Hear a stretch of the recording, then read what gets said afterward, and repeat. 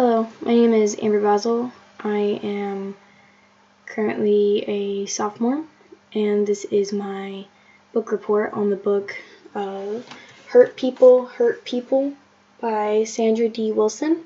Sorry, the picture's not that clear. It is an ebook that I have. I have never read this book before. This was the first time for me, and I found it very insightful. The thesis statement for this particular book is in fact in the title, that hurt people hurt people.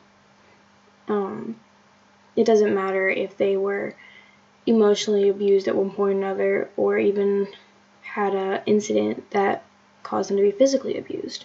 Anybody who's been hurt before is going to turn around and hurt somebody else. For me, two of the things I found helpful in this book were in chapter 5 and 6. In chapter 5, one of the fantasies she mentioned was unlimited knowledge to cure. It's basically where the person believes that if they work hard enough, that they keep trying hard enough, that they will be able to succeed and have a different outcome. I know I personally struggle with this, very much so. In fact, because for me, I have to continually perfect whatever happens. If I am perfecting a report or a painting or even a relationship with someone, I will keep trying and over in different ways to see if I can get it to turn out the way I want it to. If I disappoint my parents, I'm going to turn around and try to make it better in any way, shape, or form. So for me, that was kind of like a, whoa, that's me type of thing.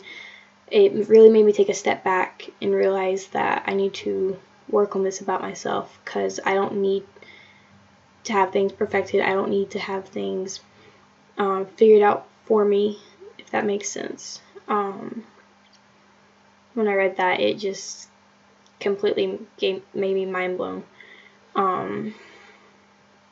because that was basically one way I was hurt as a kid, and still now. I'm not even 20 years old yet, and I still struggle with this.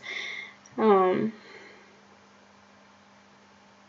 yeah, the second one was in chapter 6, I believe, under hurting. I think it was titled "Hurting by Childhood Choices," which was point number 2, which was, can I be me? Growing up, I was taught to kind of stay silent about how I was feeling, or to just go to my parents, so I didn't really trust a lot of my family members. I'm still working on that currently, and I felt like sometimes I couldn't even go to my parents, but that's normal childhood behavior. So being able to read this and realize that is another thing I need to take into practice and an account whenever I'm struggling with something, is that I can go to other people. Maybe not certain people, but I can go to like a pastor, or I could go to a counselor. I can go to people who can actually help me with the situation. I don't have to just go to my parents, or I don't have to just bottle it up. The can I be me is a way for a child to figure out who they can and can't trust. And I struggle with that deeply. Even now, I have a hard time finding out who I can trust, and so I will give somebody a fragment about how I'm feeling, or a fragment about a situation that happened to me. If they take it and run with it, I know I can't trust them, and I just clam up and I don't try again with them.